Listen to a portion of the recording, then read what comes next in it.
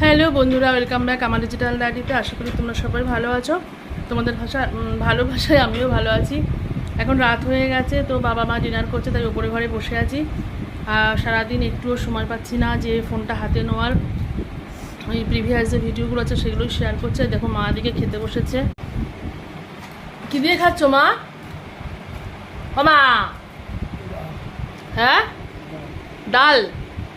আর ওটা কি গোল গোল বড়া? তো মা এখন ভাত খাচ্ছে, ডাল সিদ্ধ আর হচ্ছে আলুর চপ। আজকে ওবেলায় রান্না করেছিলাম মাংস আর কুঁদরি ভাজা পেঁয়াজ টেয়াজ দিয়ে, তো শেষ হয়ে গেছে।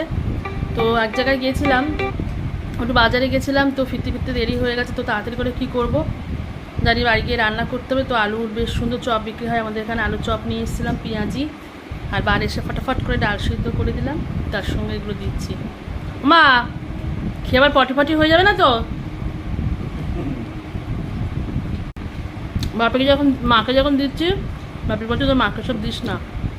বাপি খুব ভয় পায় মার পটি নিয়ে। আসলে মা এখন ছোটো বাচ্চা হয়ে গেছে, তো পটি টয়লেট কন্ট্রোল করতে পারে না, করে ফেলে। আর এই যে আমার বাবা খাচ্ছে।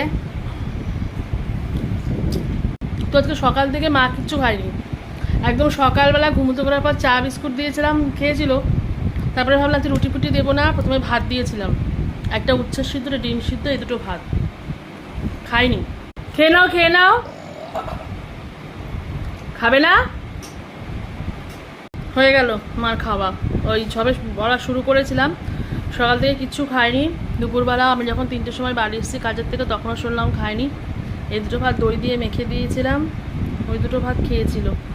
তারপর আবার সন্ধ্যেবেলা চা বিস্কুট খেয়েছে, আর এখন দুটো ভাত দিলাম, একটু দেরি করেই দিলাম যে যদি খায়। এই দুটো খেয়ে তো মা যে কী হয়েছে আজকাল।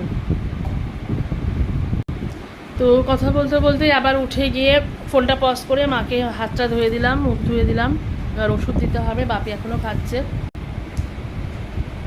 আর আজকে সন্ধ্যের থেকেই আকাশে গ্রুম গ্রুম এক একদিকে হচ্ছে, জানি না কখন বৃষ্টি নামবে। বৃষ্টি নামলে খুবই ভালো, আজকে রাত্রের ঘুমটা মানে খুব ভালো হবে। আর কথা বলতে বলতেই বাইরে বৃষ্টি শুরু হয়ে গেছে, চলো দেখাচ্ছি। বৃষ্টি হ্যাঁ শুরু হয়ে গেছে।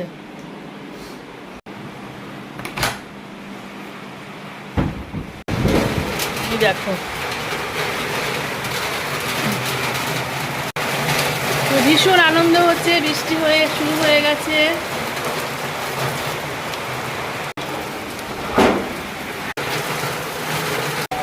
তো বন্ধুরা এখনকার জন্য রাখি, বৃষ্টিটাকে উপভোগ করতে হবে। আর এখন একটুখানি মুড়ি খাবো, মুড়ি দিয়ে